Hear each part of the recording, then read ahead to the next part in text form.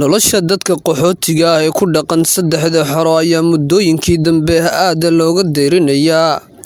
Duruufo badan ayaa ku gadaaman dadka xeryaha, markaad wareysatana waxay kuu sheegayaan in ay aad u liidato noloshooda xilligan.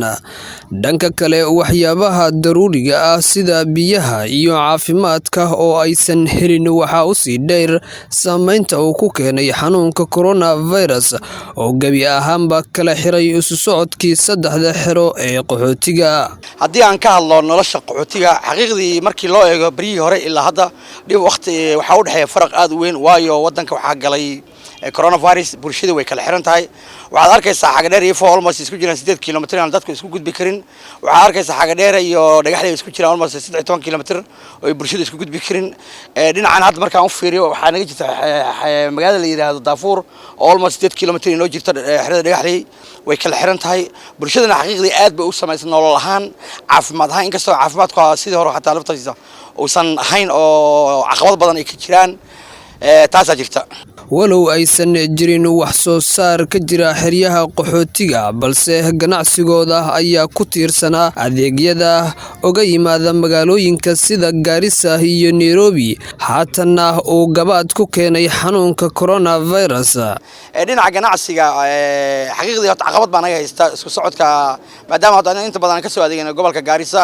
waxa naga M-Pesa ku shubanaa oo baawur baa naloo soo saaraa. baawurtii waxaa la yidhi habeenkii ma soconayaan oo kaafiyo baa jira, wadanku waa kala xiran yahay. inkastoo bariyaan dambe madaxweynaha uu ku dhawaaqay ilaa 3 saac habeenkii in isku socodku furan yahay ilaa subaxii 5:30 bacda salaad subax. dhanka kale, waxaa gabaabsi galay howlihii samafalka ee hay'adaha ka howlgala xeryaha qaxootiga oo ay ugu horeyso hay'adda UNHCR oo u xilsaaran arrimaha qaxootiga. waxyaalo badan buu iska keena bedelay. hay'adda na siiso gargaarka waxay ahayd UN bay ahayd. hay'addii wax quman ku haysana ma laha. laba door baa la isku daraa lagu dhahayaa wax yar cunto yar baa nala siin oo hataa la karsan karin. cunto wixii yaraaban ku noolnahay. marka wallaahi caqabad badan baa meeshan ugu haysataa.